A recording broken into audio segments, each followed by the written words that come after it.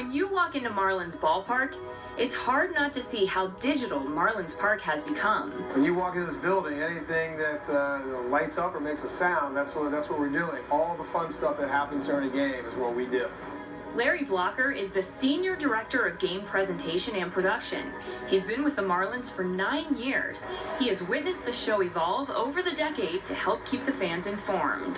This is a dramatic difference from when we were back at Dolphin Stadium, where they had just 2 boards and 1 LED ring. Here we have 20 different boards all over the place that need to be programmed to deliver the information that we couldn't do back in the other stadium. The Marlins have one of the coolest scoreboards in all of baseball. It's designed to give you video replays, highlight montages, batting order, where the guy hit the last time up. If warranted, I'm sure it would show what the batter had for breakfast. Baseball is a game of stats. This is the team that puts the show on 81 times a year. Louis Jones is the producer of the show. I script everything out, from everything for our corporate sponsors, marketing, sales, make sure that everything is executed as properly and as tight as possible. He's sort of like a traffic cop. He's telling everybody what to do, when to do it, how to do it at the exact time they need to do it. Pre-game often needs to be scripted. Even the umpires are given a briefing before the game. The most difficult challenge was planning the opening day flyover with the national anthem. For opening day, it takes 2 to 3 months to get done. You have to go get the forms from the Department of Defense and fill that out, and then you have to get it approved by the FAA, then to the Pentagon.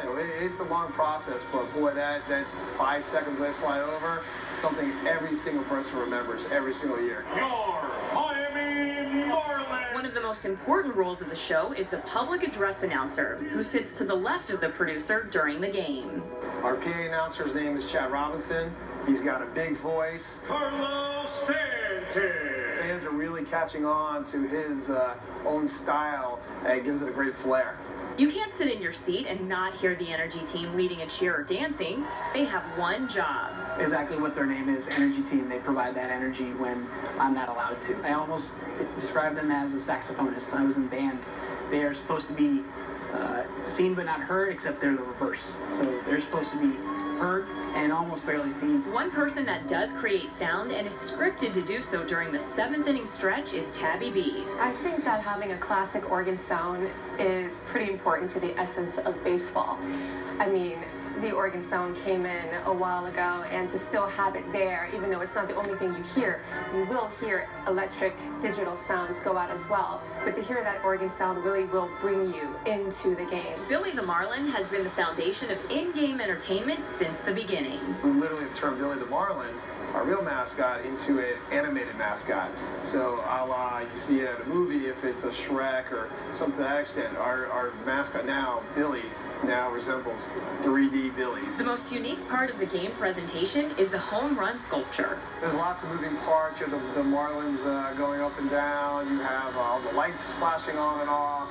You have the flamingos going, the waves going.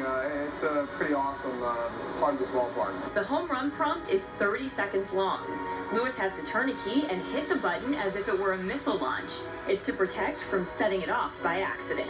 It's a little nerve-wracking because the last thing I want to be is that guy that went off on accident. Guess what happened today during the game? And it takes away from how good the game may have been that night. So, especially with social media these days, that'll be everything everybody would talk about. On this night, JT Realmuto's home run was challenged by the Brewers. The challenge creates a bit of chaos for the crew in the control booth. Realmuto officially was called out when Ozuna ran backwards to tag first. The timing of the information keeps the control room on their toes. That rule, we now have to wait for the official MLB score. But I just know at the end of the day, there's a voice that comes through the speaker above my head, and whatever that official call is made, that's what we have to roll with, and that's what we have to put up on the scoreboard. For this staff, the only thing that matters is giving the fan the ultimate experience in the ballpark. Here in Miami, we're nothing but an entertainment city, so we try and bring that atmosphere to our best possible case scenario, whatever happens in the game. Always get the best when I see people walking out and I hear a little kid, "Dad, when are we coming back to a Marlins game?" The kid had a great time. He saw the mascot, he had some fun, he danced, whatever it was. And we can't control if the team wins or loses, but we can deliver quality entertainment.